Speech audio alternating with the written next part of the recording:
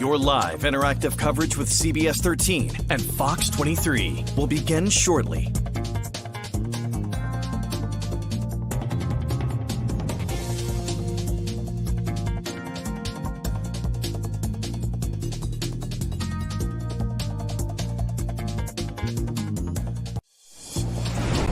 Your live interactive coverage with CBS 13 and Fox 23 starts right now. Good evening, and thank you for joining us. I'm Owen Kingsley. This is our digital studio, and this is Weekend Headlines. Thanks again for tuning in from whatever streaming platform you are on. Hope you enjoyed this lovely weather on this beautiful Sunday after the serious storms last night. We'll get to some more of that in just a little bit, but let's cover some of the hardworking stories that our crew on this weekend have been sort of following here on this Sunday. So let's get into what we are leading with tonight. 2 people are dead after a reported shooting in Lewiston. Shortly before 10:30 this morning, Lewiston police responded to the shooting on Knox Street. Authorities say one person died at the scene and a second person died at Central Maine Medical Center after being transported from the scene. Maine State Police are now investigating those 2 deaths, and officials say this is believed to be an isolated incident and say there are no threats to the public. Well, what we are also following this evening, an ATV club in Waterboro is facing a rough road ahead. The president of the club, Todd Abbott, went to their Bobcat skid steer earlier this week on Tuesday, a piece of equipment they used to move materials and spread trails out. It was parked just 20 feet from Route 5 in Waterboro, and that's when they found one of the joysticks ripped out, which makes the machine inoperable.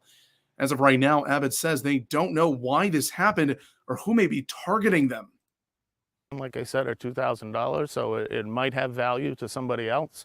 Then it could be malicious. Again, at this point in time, we don't really have any idea of why or when and how. It's a large amount of money, and it's a cost that the club is going to have to own.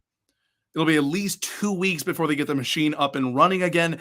And members say this will set back their season several weeks while they take time to catch up with managing the trails. A tense situation last night as flash flooding trapped a family at their home in Sabattis. Doris Whittier and her family are cleaning up broken branches and draining puddles on their property after an intense rainfall last night. The family says they live on a hill, so fortunately, they avoided having any flooding in their house. But the National Weather Service says their road, Dubé Drive, was partially washed out. Very horrifying. It overfilled my pool, and I couldn't get to my daughter's house because all the water was going across the street, and they were losing their driveway next door. It was bad. There was rushing fast. It was like dark brown too, because it was all muddy. That was not the only report of flooding last night. Route 237 between Gorham and Standish was shut down last night due to flooding. Authorities had to help one driver of this car who got stuck in the floodwaters. That roadway, though, has since reopened. Well, that serious weather is behind us and much nicer looking forecast ahead. Let's bring in our meteorologist, Emily Santum. Emily, thanks again for tuning in, or rather jumping in here. What do we need to know for the day tomorrow? I know we have a really nice week in store. Yes, we are tracking a lot of dry weather for this week other than tomorrow.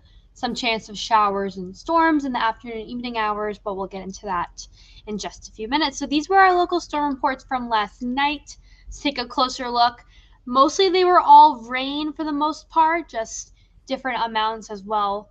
You can see that it's a little bit of a path moving west to east. Very straight line of the storms that we were following last night. There were a few washouts as well in other regions, but that was in the past. So let's look forward, though. This is our satellite radar right now. Very clear and calm in the state of Maine. We have some showers beginning to creep into northwestern Maine, the Rangeley area, but most of our area is pretty clear right now. We're in the 70s still at almost the 9 o'clock hour. 71 here in Portland, 70 in Lewiston, 60s in some other areas. A little bit cooler on the coast, and as always, a little bit warmer on the interior as well. Dew points too are great. We're in the refreshing and pleasant category. This won't go away for the next couple of days, but we are tracking some sticky and muggy dew points as we head towards the weekend. But that's still a little bit away, so we might as well enjoy the air this week. It's going to be in the 70s and the sun will be out. I was just saying today to my friends that I thought it felt like fall a little bit as we're heading into the much cooler week. It's been very muggy and sticky around here lately, so it's nice to be on the refreshing side. So tonight we'll be in the 50s as well. We're used to the upper 60s and low 70 lows, so it's great to not be able to turn a fan on for myself. I don't know about you guys out there too, but it'll be nice and cool, a little bit on the refreshing side as well. Tomorrow it's still going to be on the warmer side. We're going to be in the 70s on the coast, in the upper 70s, and then on the interior, the lower 70s. As we head towards the evening tomorrow, as those showers, and storms move on through, it'll decrease the temperature just a little bit into the 60s. So let's take a look at our day planner for tomorrow as well. You'll wake up at 8 a.m. It'll be mostly cloudy, 66 degrees. It's going to be nice for majority of the morning and early afternoon, partly cloudy skies in the 70s as well. I think we'll top out around 76. I think that if we get enough sun, though, we could be well into the upper 70s as well. But we are tracking some showers and storms for the afternoon, evening hours tomorrow, and it may influence your going home commute. So we're still tracking it out. I have more on the hour by hour tonight at 10 and also at 11. Emily, going to what you were just saying, I feel like probably a lot of us can be relate to that fall feeling this morning. It felt really crisp and cool. It really didn't feel like July. It sort of felt like a September, October situation. It was like, yes, oh, it's nice out, but it is a little chilly. And it almost felt easier to breathe too, I feel like. I think we'll see a lot of this though as we head towards I know that Tuesday through Thursday, what I'm seeing right now is that it's going to feel like today, partly sunny skies for the most part. Very refreshing, almost getting a little taste of the September, October weather, like you were saying. I mean, I don't mind it, but I didn't like the sticky feeling. So I don't know about everyone out there too, but I'm glad that we're definitely going to see some more in the sticky, muggy category towards this weekend as we are tracking some more rain, but we're still a week away. So we'll enjoy those low dew points while it lasts then. Yes. Perfect, Emily. Thanks so much for jumping in. I appreciate it. You can check out Emily's full forecast coming up tonight at 10:11 on Fox and CBS, respectively.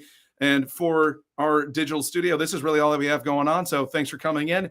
Appreciate it. Again, all these stories, much more coming up tonight at 10. Hopefully, we will see you there coming up in just a bit.